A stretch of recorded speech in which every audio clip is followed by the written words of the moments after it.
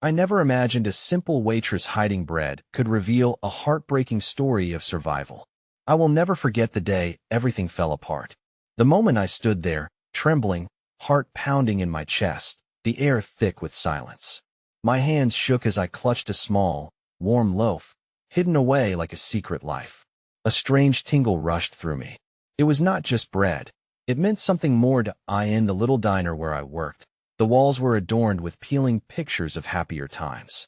Old folks laughed over steaming mugs of coffee. Couples shared whispered dreams, and I served them all. But my heart, it was like a knot, tight and suffocating. Each morning, I poured my hope into that small apron pocket, ready to face the world. I was just a waitress, but I never felt so invisible. Then there was Sam, my love. He wore the weight of the world, his face lined with burdens. I could see his shadow twist against the dawn, and with every bounce of the diner door, I caught glimpses of our faded dreams. Head promised adventure, but life had other plans. I watched him fade, day by day. I could almost hear the heartbeat of my vulnerability echoing in the distance that I remember that day vividly, a storm brewing in our lives. The diner felt heavy with anticipation, fingers drumming restlessly on the tables. And in that moment, I felt trapped, holding tiny fragments of existence together. I hoped the bread would symbolize warmth, a home-cooked meal. But I was unprepared for what pushed through like an avalanche. Suddenly, the door burst open. A gust of wind swept in like a thief. It carried whispers of lost innocence, heart-wrenching pain. My breath hitched when I caught sight of a figure staggering in, drenched in despair. The room froze. Noise dropped into a stealthy hush. All eyes were on him. As I approached, I realized was someone from our past. Someone who vanished in the struggle of time.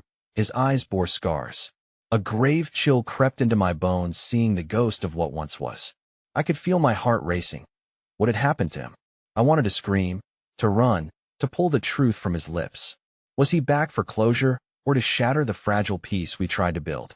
What darkness unfolded behind his haunted gaze? He moved closer, and the air thickened as the weight of secrets began to unravel. The world outside felt muted, as if it had lost its color. I took a deep breath, and my fingers tightened around that loaf of bread. Was it a symbol of survival, or a token of our impending doom? My stomach twisted with questions that threatened to drown me. Hey, before we continue with this amazing story, I need to give you an important heads up. Many subscribers have reported that YouTube unsubscribed them without warning. Take a quick second to check the red button below to make sure you're still subscribed to the channel. I'd hate for you to miss any of the exclusive content coming soon. And while you're there, smash that like button, it really helps me out with the algorithm. Oh, and tell me in the comments, which city are you watching from? I love getting to know every amazing person who's part of this community. Your participation makes all the difference. Let's connect. The diner's chatter had faded into an unbearable silence, the clattering of dishes frozen mid-air. I stood there, grappling with a storm of emotions that twisted my insides. The man before me, once a brilliant light in our lives, had been dimmed by shadows I could hardly comprehend. I knew him, his laughter, his stories, the way he made even the most mundane days feel alive. But now, he was a stranger wrapped in sorrow. As he stepped closer, every step echoed the fear lodged deep in my throat. His name escaped my lips almost involuntarily, a whisper tinged with disbelief. Ethan. It didn't sound familiar coming from my own mouth. The memories surged, overwhelming yet achingly sweet moments we shared as young dreamers, promises made beneath the sun-drenched skies that felt eons ago. His face betrayed no comfort, only memories I had chosen to bury. It was unsettling to see him standing there, the faces of the past flickering like candles about to be snuffed out. I watched as his eyes scanned the diner, lingering on the old photos, the warmth of laughter radiating from them like a ghostly reminder of what once was. Can we talk? His voice surfaced deep and raspy, as though clawing its way free from the depths of despair. The bartender exchanged glances with me, and sympathy shone through his tired eyes. I nodded, my instincts crying out against the impending confrontation, my heart gearing up for violence it had never known before. That we found a booth in the back, the corner table where secrets would hide under the flickering glow of the nearest lamp. He sat down opposite me, the space between us filled with thousands of unsaid words. I placed the loaf of bread on the table between us, unsure whether it was a gesture of hospitality or a shield against the storm brewing in my heart. "Ethan," I started, but the words melted away, replaced by the pounding of silence. I could see the warring emotions dance across his face: remorse, sorrow, anger. With every moment that passed, my heart ached at the vulnerability reflected back at me. Was this what he had become? The uncertainty grew thick, suffocating. "I'm sorry for disappearing," he finally said, breaking the spell of silence. "I thought it would help you both."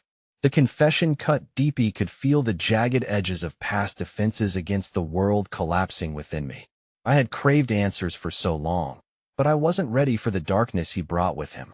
"Help us," I asked incredulously. "You left, Ethan. You left when we needed you the most." My voice wavered, the words trembling with an intensity one hadn't intended. His gaze shifted, haunted and tormented. "I thought leaving would protect you. There were things I couldn't face. And with Sam struggling, I thought it was best. But I never meant," he hesitated, swallowing hard. "I never meant for it to be forever." A part of me longed to reach out, to take hold of the fragments that still felt familiar, yet the weight of betrayal loomed large. Would Sam have been different if Ethan hadn't vanished? Would I have been braver? I was living 1,000 lives in one, shaped into a contorted version of who I once was. Before I could respond, the door burst open again, a whirlwind of light and commotion. The familiar face of Sarah, a coworker, flitted in like a beacon of unstinting light. She rushed towards us, her cheeks flushed with excitement. "You won't believe it. The diner owner is giving away free meals to the needy tonight. It's incredible." Her enthusiasm pierced through the tension, and for a moment, I felt the heaviness lift. Ethan's eyes softened as he turned towards Sarah, his facade cracking, revealing a glimmer of something unburdened, soul recognizing hope amidst ruins. I watched with bated breath, uncertainty clawing at my heart. Could this be our moment? A chance to unite again, to mend what had been shattered. But the fleeting glimpse of redemption was shattered the moment Ethan spoke again, his voice cracking. I can't stay here. Not now. Not after everything," he declared, his haunted gaze dancing with fear. My heart sank, and in that very moment, I realized the magnitude of the storm still swirling around us. He got up, and as the door swung closed behind him, a sense of finality hung in the air, mingling with the scent of fresh bread that was both a comfort and a bittersweet reminder. I was left sitting there, a spectator to lives unraveling and a burden I could no longer carry alone. Sarah's glow dimmed around me as the weight of despair crashed down like an unseen wave. What do I do now? The walls felt closer, and the sizzling darkness edged in like an unwanted guest seeking refuge. Then I caught sight of the loaf of bread, small, warm, representative of sustenance. Perhaps it was time to take that little piece of hope and feed my fractured heart. Maybe, just maybe, kindness could be the key to surviving a world ripped into chaos, though the refrain of unanswered questions echoed louder than ever. When I looked toward the door again, I felt a flicker of dread. What if this was the last time I saw Ethan? What if Sam had hurt him? Would I be able to hold the remnants of all my relationships intact? Or was this the beginning of deeper fractures? The uncertainty gnawed at me, a raw wound that wouldn't heal. And just as I felt the fragile strands of hope begin to weave through the tears, another gust of wind swept through the diner, and I felt my heart clutch in alarm. The door swung wide open, and my breath caught in my throat as an unexpected figure appeared in the doorway, drenched in rain, with a face I didn't recognize but one that felt eerily familiar. Everything I thought I knew was about to change once again. The figure lingered in the doorway, water dripping from their coat and pooling around their feet like a puddle of forgotten dreams. As they stepped forward, a flicker of recognition hit me squarely in the chest, an impression drawn from the faint memories of a past I had long repressed. My mind raced, the recognition frayed by the disbelief of the current moment. "Is it you?" My voice trembled, spun with both hope and fear. "It can't be Rachel." The voice was a bittersweet echo, soft yet jagged around the edges with fragility. There was no mistaking it. It belonged to Emma, a childhood friend we had lost touch with amid the chaos of our lives. The last time I had seen her, she had been bubbling with laughter, half-heartedly chasing after our wild dreams like we were all invincible. Her blue eyes, however, now told a tale of survival off storms weathered and battles lost, but the warmth still clung to the edges, refusing to be extinguished. My breath caught as I could barely process the condition she was in. Her clothes were soaked through, her cheeks gaunt yet flushed with resolve. "Emma, what are you doing here?" I whispered, trying to stitch together the disjointed reality. "I heard about the free meals," she said, eyes darting, haunted yet hopeful. I've been hungry for too long." Her honesty stabbed at my heart.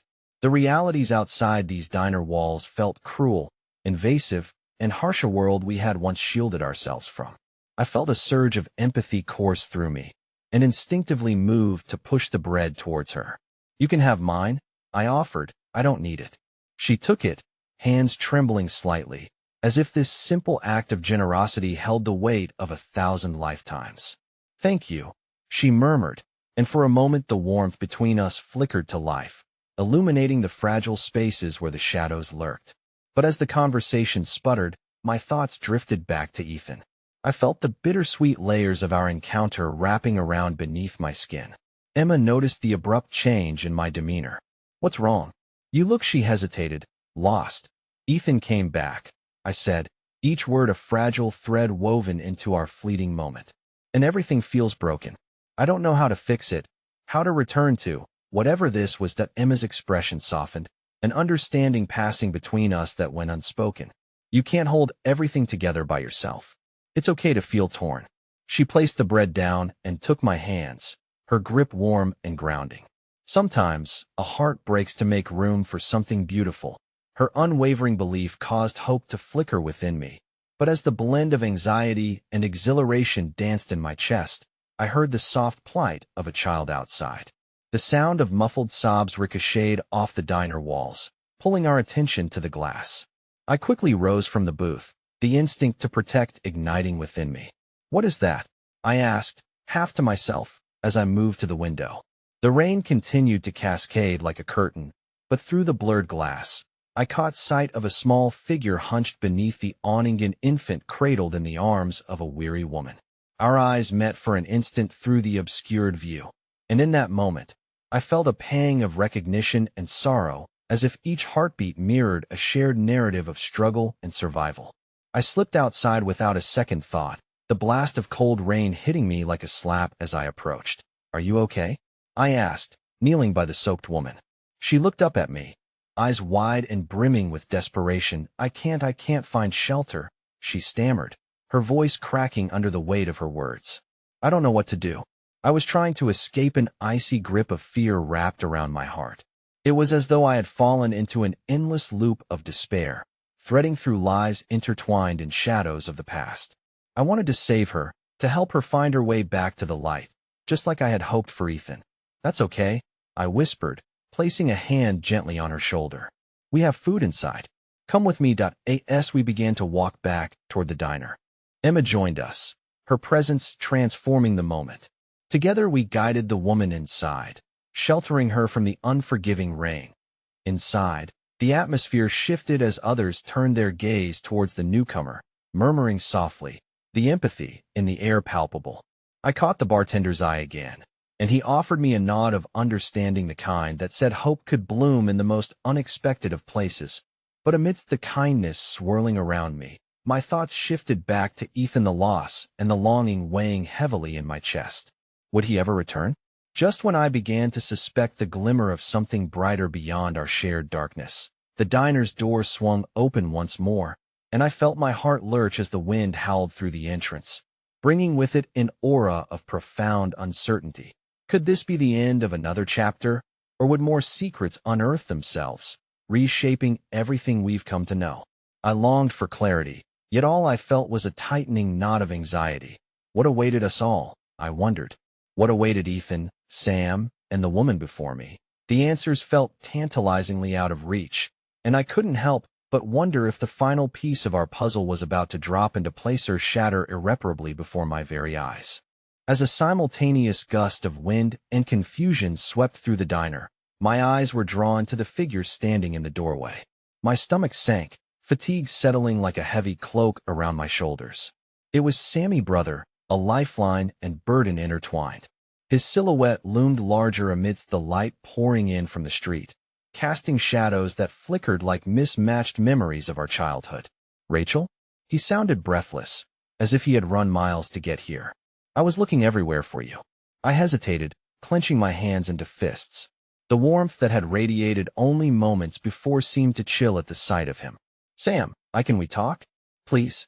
His voice lowered to a whisper, urgency pushing through the din of the diner's patrons. I searched my heart for a reason why I should trust him again. Why I should open the door to a conversation that felt more like a knife poised at my throat than anything else. Emma's presence anchored me, framing the moment in a compassionate light. Rachel, you don't have to if you don't want to, she encouraged, uncertainty dancing in her blue eyes. But the raw, tangled feelings I held for Sam pulled me towards him, an instinct both trusted and terrifying. I nodded, reluctantly stepping outside again, leaving behind the comforting warmth of shared experiences and pain. Look, I know I messed up, Sam began, his voice shaking as he crossed his arms over his chest. I'm sorry for everything. For disappearing when you needed me. For not being there when Mom needed help. I was caught up with my own struggles. I needed to get out. But I'm back now. His confession balanced on a tightrope of regret and longing, and I felt the echoes of our childhood slip through like grains of sand between my fingers. You can't just show up, Sam. Life isn't a game. You've broken so many promises. I know, he said, his brow wrinkling. I can't take it back, but I want to make it right. I really do. A flicker of hope glimmered inside, but the ghost of past betrayals loomed large, eclipsing the warmth of potential resolution. And what about Mom? What about everything we left behind? His silence answered the question that loomed heavier than any storm. Exactly, I spat, jolted by indignation. You don't get to just step back into my life and pretend that everything is fine. There was desperation in his eyes, mirroring the same brokenness I had come to recognize in Emma moments before, and in the woman hiding her shame under the awning. I'm trying, Rachel.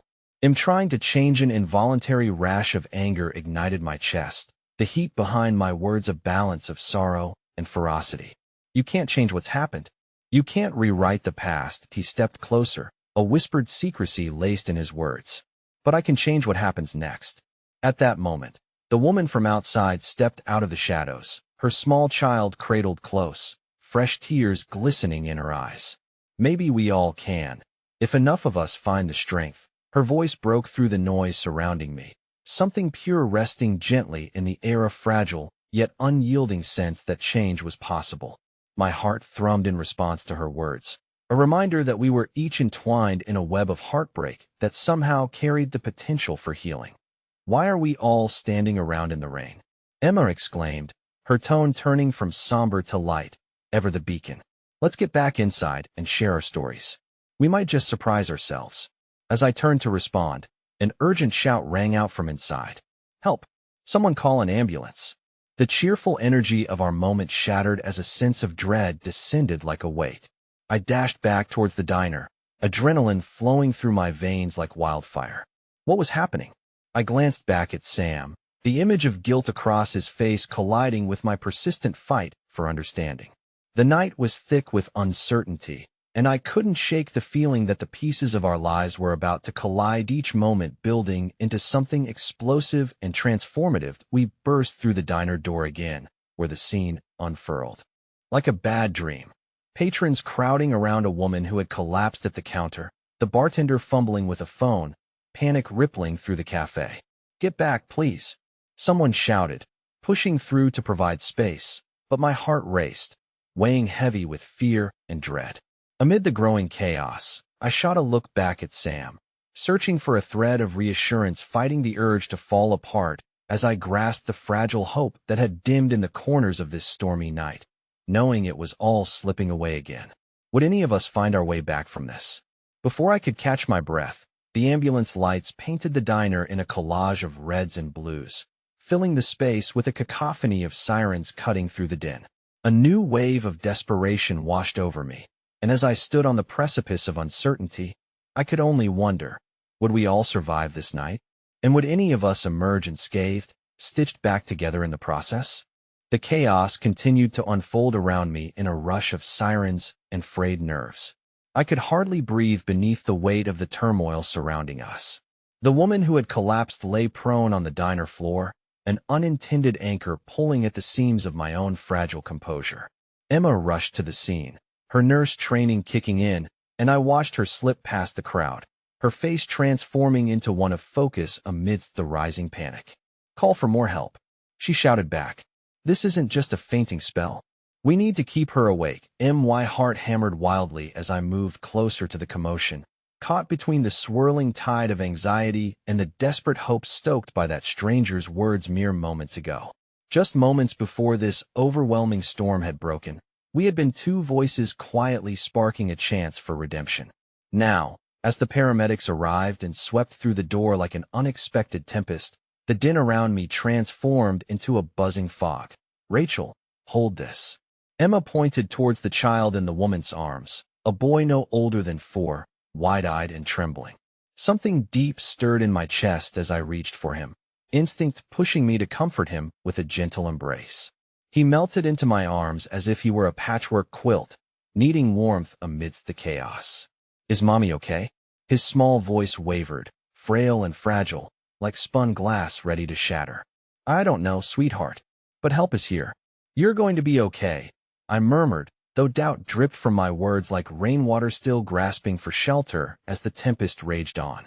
The sirens blared in the background, drowning the world in noise.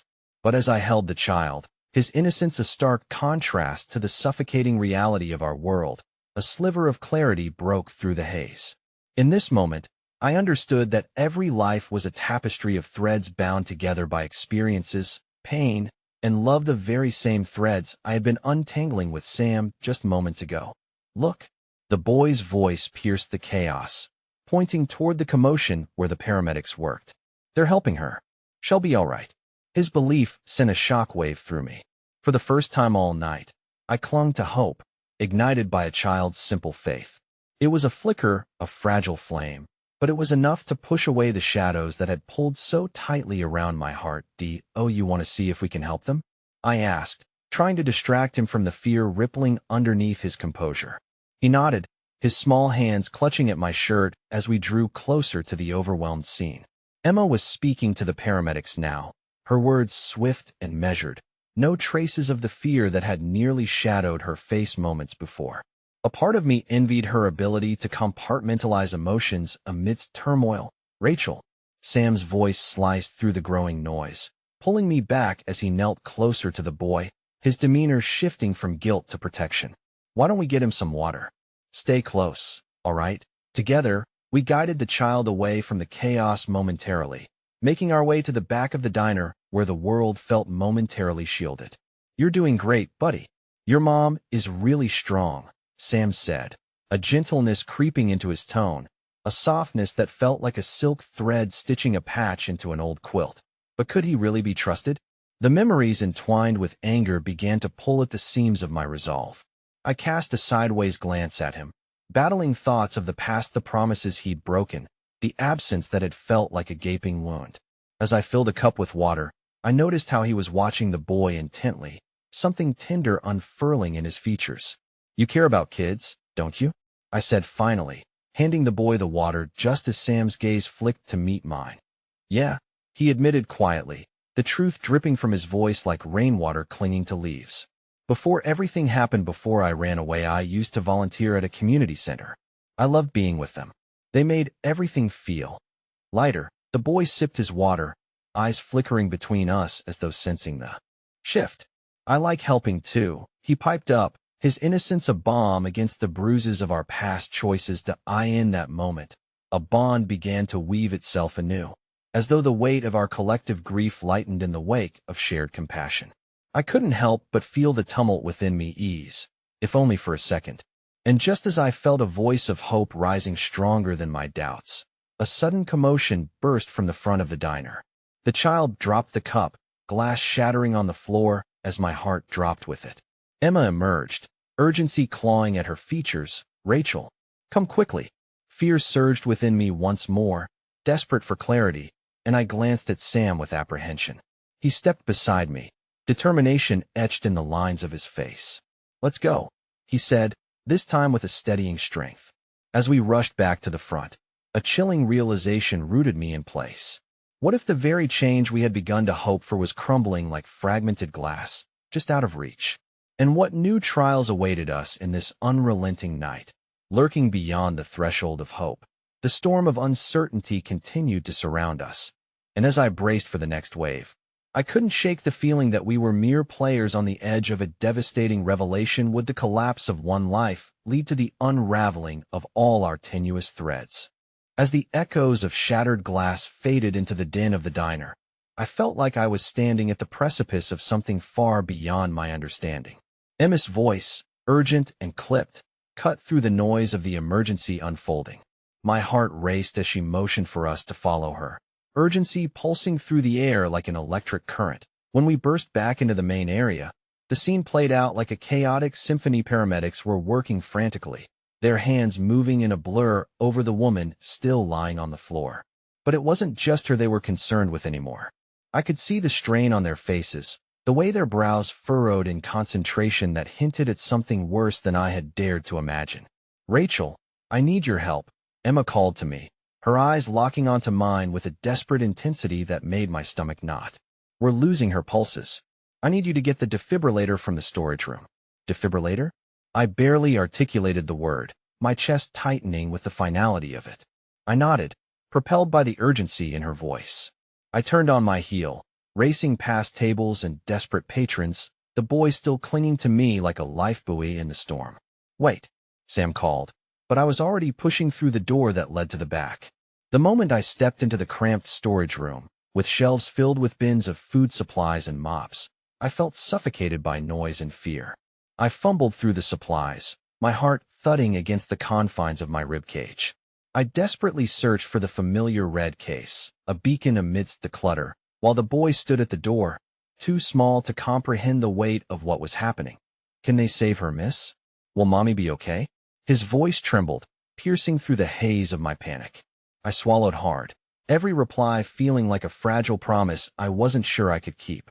I began, but the answer eluded me just as much as the defibrillator eluded my frantic search.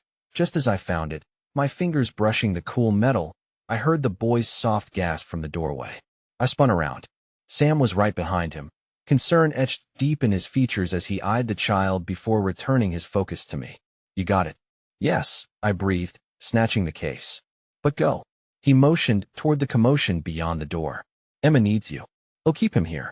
As I dashed back toward the chaos, I felt a brief flicker of gratitude toward Sam, a strange bond of purpose rising amongst the fear and uncertainty. Yet, it was tangled with resentment. How could I allow myself to trust him again when memories of betrayal stirred like a tempest in my heart? With determination bolstering my resolve, I tore back into the diner, the defibrillator case clutched to my chest like a talisman. Emma was still crouched by the woman, her brow slick with sweat, issuing orders to the paramedics around her. "We're going to need to shock her now. Right here, Emma," I shouted, rushing towards her, my hands shaking slightly as I placed the case on the floor beside her. "Open it," Emma commanded, her voice calm, yet frantic. I followed her order as she moved with purpose, her hands deftly working with the structure, despite the chaos erupting around us. Breathlessly, we prepared the pads, the urgency of the moment weighing heavy on us. "On three," Emma said, her eyes never leaving the woman's face. 1 to 3. I could hardly breathe, my heart pounding a wild rhythm, thoughts racing through my mind like a blur of worry and fragile hope. The electric jolt of the defibrillator surged through the woman's chest, echoed by the collective hush that seemed to fall over the dinner, breath held tightly in anticipation. And when her body jolted, there was a heartbeat, a flicker of life returned. "Again," Emma shouted, and I felt a surge of something primal, something strong. Perhaps, just maybe, we could stitch another thread into the fabric of survival. The second shock took longer, lingering in the air like a haunting melody. Emma didn't waver, her resolve everything I admired and feared. With each attempt, the shadows lifted. Just a little more. It was a battle against the odds, a desperate dance with the specter of death, and I could only hope we were winning. But then came the awful chill of reality in the form of a frantic paramedic. "We need to move her now." He reached to lift the woman, urgency pouring from every pore of him. And yet, that same chill skittered down my spine. The boy was there, wide-eyed and lost in a sea of fear. I reached for him, hoping to ground him as anxiety clawed at my insides. "It's okay, remember? Your mom is strong," I whispered, but my voice wavered, haunted by doubt and the bitter taste of reality. Just as I was about to lead him away to safety, a woman burst through the doors, breathless and frantic. "What happened?" she cried, her voice slicing through the tension. "Where's Mommy?" The boy cried out, as he broke free from my grip, running toward the newcomer with arms wide open, innocence and fear colliding in an emotional crescendo. That's when it hit. Meth woman rushing into the diner bore the same face as the woman on the floor. Panic flared in my chest. The shocking familiarity sent a chill creeping down my spine, and the world around me began to swirl again. The fading echoes of the sirens screaming in my Ursa Tempest building all over again. And as the realization stitched together the threads surrounding us, I couldn't shake the feeling, the gnawing dread, that this tumultuous night was only beginning to unravel a deeply buried secret that could redefine everything I had thought I knew. The frantic energy in the diner surged, but somehow, I felt suspended in time like a solitary figure trapped in a moment far too potent and harrowing. The boy, with his tiny legs pumping, sprinted toward the woman who had just invaded our chaotic world, eyes wide with both hope and horror. "Mommy! Mommy!" His cries echoed, drowning out the fuss of paramedics and the whir of voices around us. My heart ached as I watched him reach for the woman, her face painted with confusion and terror. How could she possibly understand the gravity of the moment she was stepping into? "Where is she? Where's my daughter?" The mother gasped, her gaze darting nervously around the room.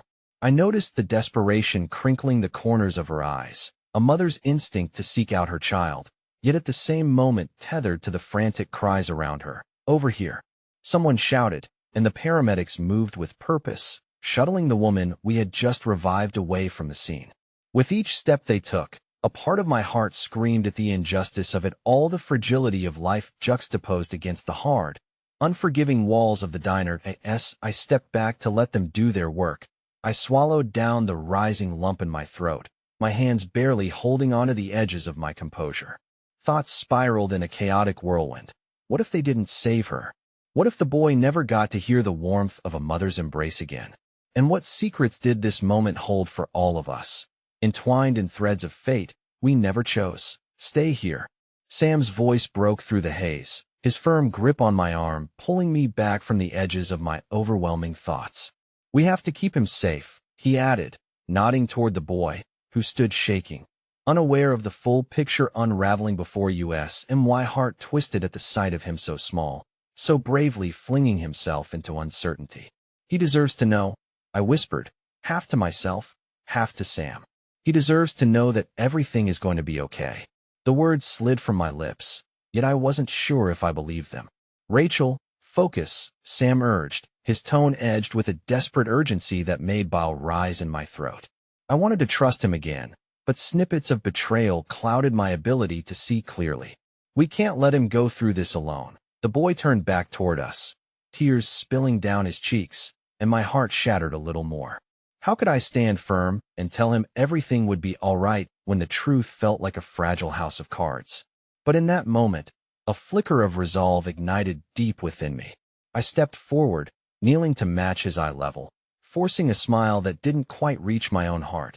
"Your mommy's a fighter, isn't she?"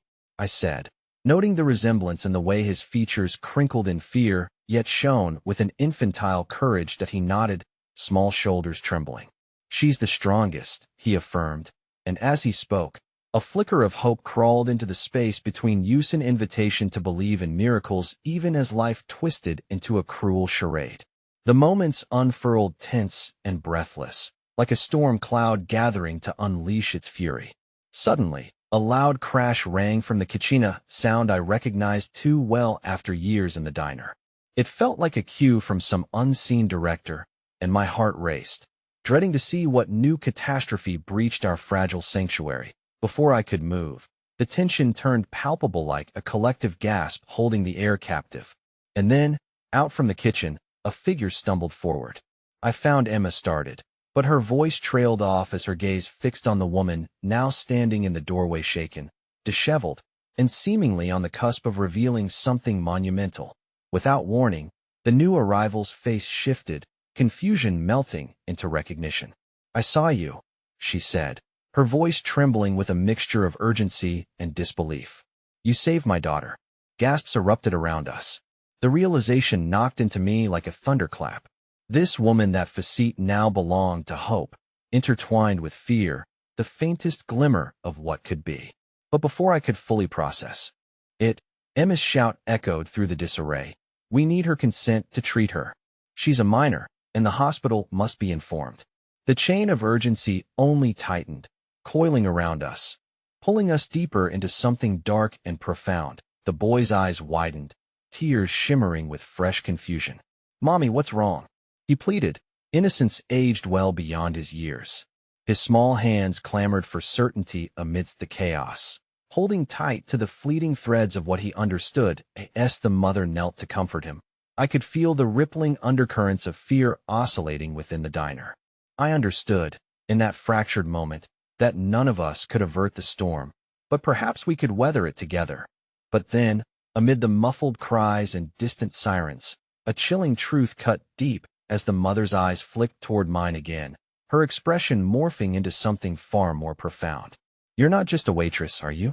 she asked, a hesitant sincerity igniting in her gaze. I felt as if a spotlight had been thrust into the shadows of my life. The air thickened with an unspoken question, and as my heart thudded heavily, realization swept through me like a gust of cold wind. I stood frozen, anchored by the weight of the moment, grappling with the swirling emotions of gratitude, fear, and the revelatory notion that everything had irrevocably shifted. And all I could think was, what dark threads did I weave into this tangled web that linked us all? And would I ever truly find my way back? The diner's energy buzzed like a live wire, each frantic heartbeat echoing the gravity of the moment. I could barely process the mother's piercing gaze, still filled with questions that demanded answers I didn't have. My life had always felt like a string of mundane days woven into the fabric of busyness. But here, reality carved itself into something raw and deeply intimate. I looked at the boy, who still held on to the last remnants of his innocence, desperately trying to shield him from the storm raging around us. "You're brave," I told him, hoping to anchor his attention away from uncertainty for just a moment longer. "Your mommy's going to be okay." His eyes, wide and searching, seemed to plead for assurance, a beacon amidst the encroaching shadows that clouded his world. It was a heart-wrenching juxtaposition. Here was a child who had just experienced a life-altering trauma, and all I could offer in return was a promise I wasn't sure I could keep. "Why didn't you just tell them to save her?" he implored, words laced with a child's impatience and ignorance of the nuance surrounding life and death. The simplicity of his plea struck me, dissolving the facade of emotional complexity I had built around myself over the years. Before I could respond, the chaos crescendoed as the boy's mother knelt beside him, her fingers gently brushing the tears from his cheeks. The connection between them grew, a fragile thread of maternal instinct, frayed yet unbreakable even in this current of despair. "I'm here," she whispered, and in that moment, the air was filled with something transcendent. It was not only hope, but an unyielding promise that she would fight to return to him, that she wouldn't let him face this alone. The strength in her voice resonated, reaching into the depths of my own insecurities. Yet behind the warmth of their reunion, a darker reality loomed. I glanced around the diner, catching fragments of conversations mingling in distress. People were attempting to comprehend what had just unfolded. I turned back to the mother, still grappling with the traumatic energy in the air. "I don't know what's going to happen, but we're all here for you," I assured her, the instinct to uplift some semblance of hope surging within me. "Thank you," she said softly, her voice barely rising above the din. "But it might not be enough." They said. She hit her head, the emergency crew, as her eyes flickered. A sense of dread blurred the edges of her words. It was as if she already knew what fate might await her daughter and was only searching for reassurance. The shadow fell across her face, and my own heart clenched painfully as she spoke again. I'll need to prepare myself for whatever comes next.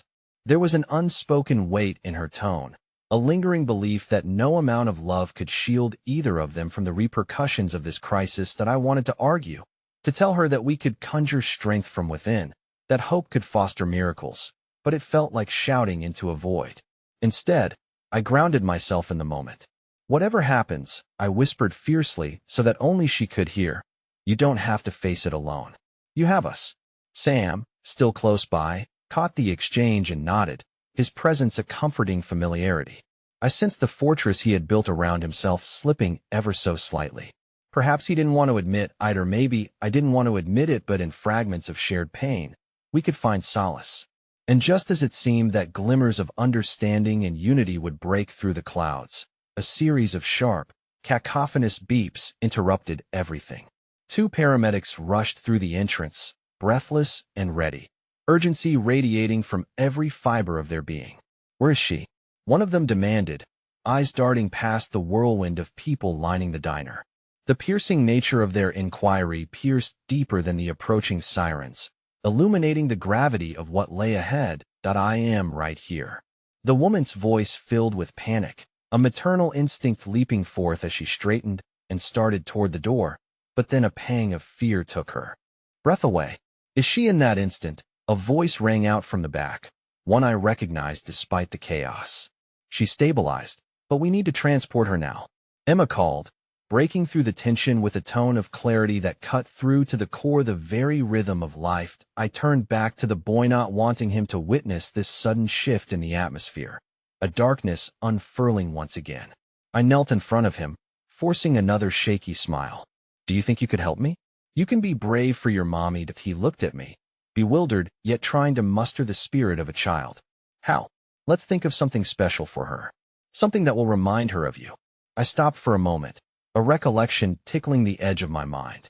What does your mommy love the most? A spark lit in his eyes, swirling amid the uncertainty as he thought deeply. Baking cookies. She makes the best cookies. With chocolate chips and sprinkles.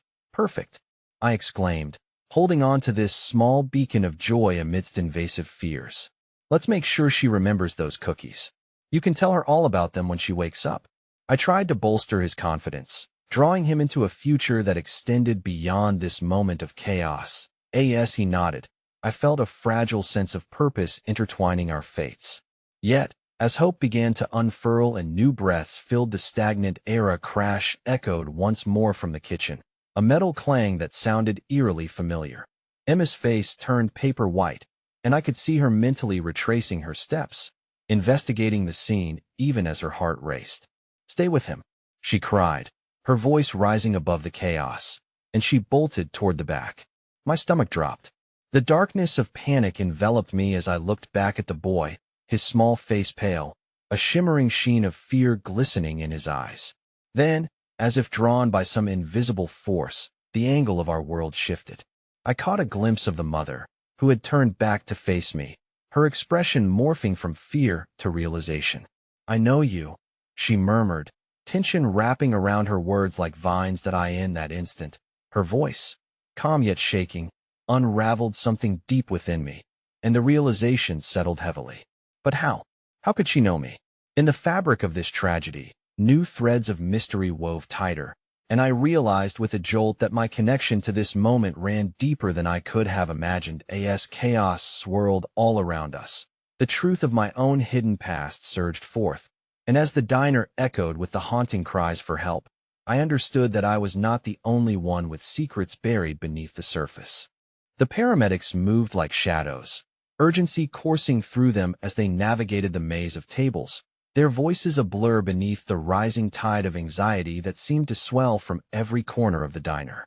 I felt it too, a ripple of dread churning just under the surface as I faced the boy and his mother. I know you, she repeated, a hint of recognition lighting up her eyes, but it was mingled with disbelief. The warmth of our shared humanity in this moment was overshadowed by the sharp edge of the unknown. Fragments of memories swirled in my mind, elusive as I sought to grasp on them, each piece tied to an image I couldn't quite pin down. Please, I managed, holding the boy's small hand. the fragile connection reaffirming my grounding in a moment that threatened to spin out of control. Tell me what you know. Her focus shifted for a moment, her gaze slipping to her son, who was peering up at her with an innocent mixture of confusion and concern. Her voice trembled, I just don't understand. We were at the park, and Thena's surge of panic finally broke free in her voice, cutting through the tension. The car. The driver, it was going so fast. I thought we were. My stomach twisted. There it was, the harrowing reality that life could shift on a dime, and once again, I was reminded of the stark fragility of existence itself. The way love could feel so impossibly heavy in the face of loss. That I'm sorry, I murmured, tears threatening to spill over. I can't imagine what you're going through. My heart ached as I thought of what awaited her when the medical team began the daunting task of explaining what had happened to her daughter, what consequences unfurled from a singular moment of chaos. Every instinct urged me to shield them both from the storm that lay ahead. Just then, Emma re-emerged from the back, her breath slightly labored as she clutched the edge of a metal tray. The look in her eyes told a story all its own. She was holding back something sinister, something that could unravel everything we believed we knew. There's something we should know? I asked, finding a steadiness I didn't quite feel. Just stay close, she insisted, her voice strained with an unshakable urgency. There's something going on that you might note. A violent crash from the kitchen cut her off, followed by shouts and the frantic clatter of chairs tumbling over. I instinctively drew the boy closer to me, enveloping him in the safe cocoon of my arms, hoping my presence could shield him from the storm of confusion and fear. Mommy? He whimpered, pressing against my side, his small body trembling. The terror in his eyes mirrored my own growing anxiety, and I had never felt so small amidst such overwhelming chaos. I'm right here, I whispered, the words tumbling forth even as I struggled to keep my own heart from misfiring. Your mommy is going to be okay. We're all going to be okay. But even as I spoke those words, I sensed the cracks widening. In an instant, the crowd surged in one direction, tension spiking as announcements blared outside the diner, warnings that sent shivers down our spines. Then, as if orchestrated by some unseen force, the lights flickered bright, then dimming in shadows danced tumultuously around us, offering a grotesque exhibition of fear and confusion woven within the fabric of this space. Amidst it all, I risked a glance at the mother, whose eyes were now glistening as if trying to piece together fragments of a puzzle that seemed never-ending. I sensed that she felt it too, the invisible threads connecting us through our shared experience of loss, the burden of watched dreams fracturing under the weight of unforeseeable circumstances. And just then, she took a step forward, her grip tightening on the side of the table, defiance etching itself onto her features. Whatever happens, she said, voice shaking but unwavering, I won't lose hope. In that moment, a spark ignited among the dread. Hope could rally like a whisper on the breeze, and yet darkness loomed on the edges, an unrelenting presence that threatened to pull us back into despair.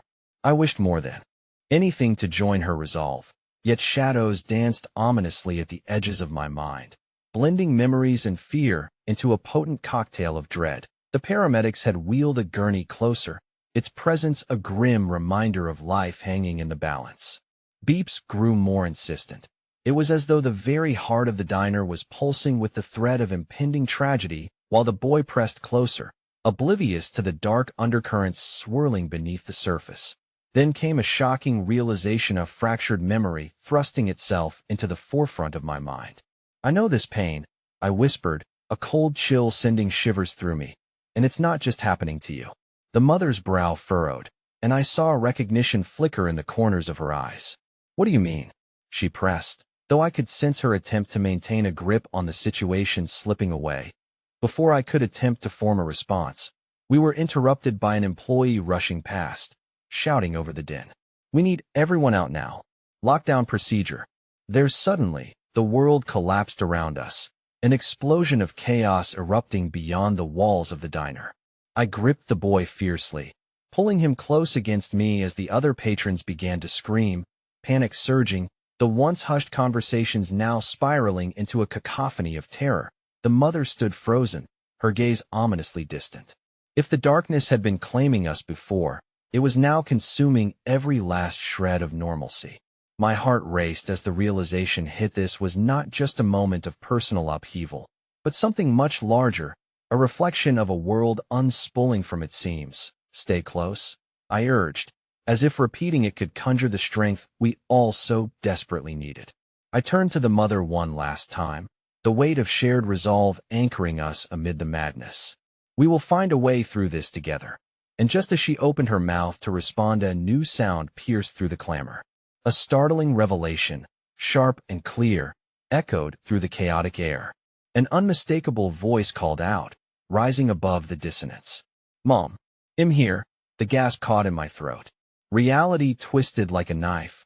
As I darted my gaze toward the entrance of the diner, realization dawning with fatal clarity.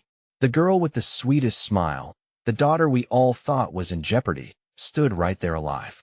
The threads of fate we had been clinging to suddenly snapped, unraveling everything we had known.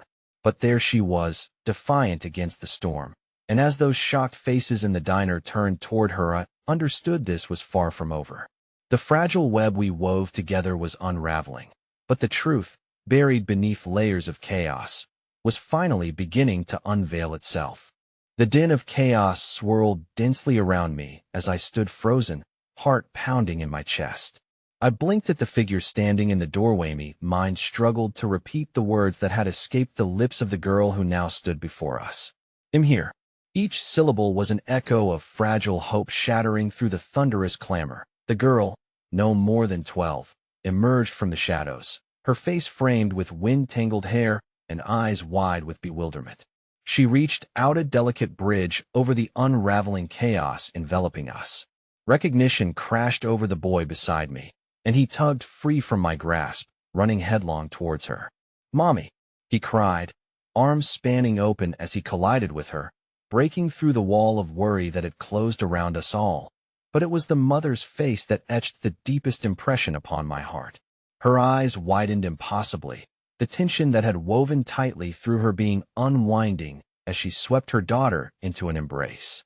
In this moment of reunion, the din of the diner faded into nothing.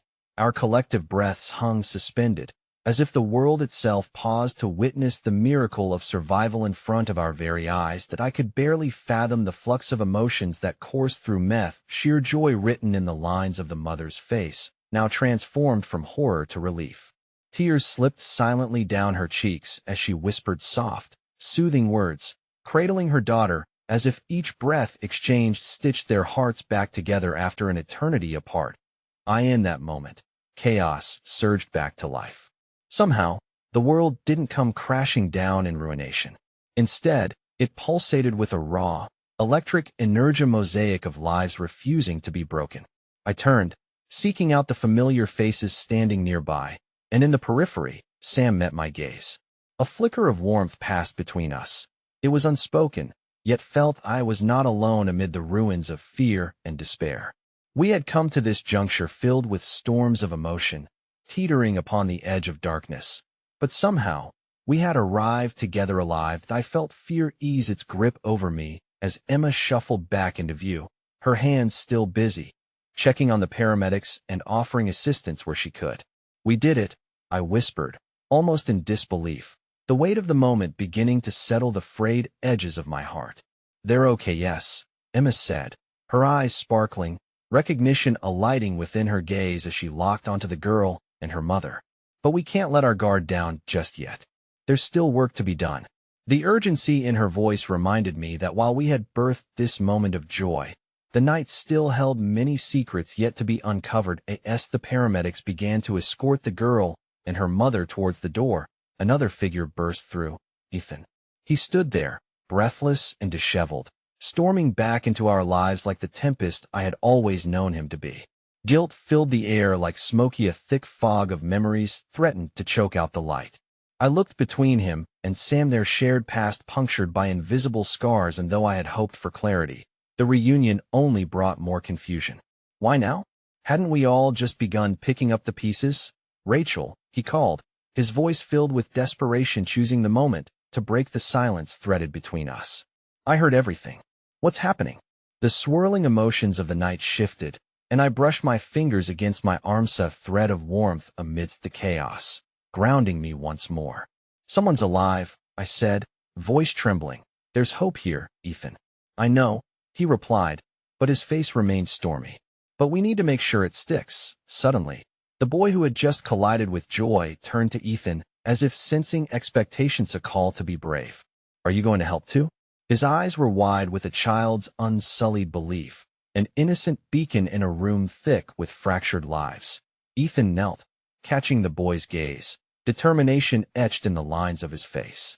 I will, he stated firmly, for all of us. In that moment, I offered a weary smile, the warmth of hope mingled with the shadows of past doubts. I turned back to the renewed mother and daughter, caught in their embrace, savoring the newfound reality. Everything will be all right, I repeated, though this time, my words held stronger roots. Perhaps we could fight for a future woven amidst the depths of our collective scars. As the paramedics finally began to lead them away into the night, I felt the invisible threads between us, the connections birthed in pain, regret, hope begin to mesh together. The air thickened with unspoken promises. Whatever storms lie ahead, I vowed to myself, let us weather together. With each passing heartbeat, the shadows creeping at the edges receded.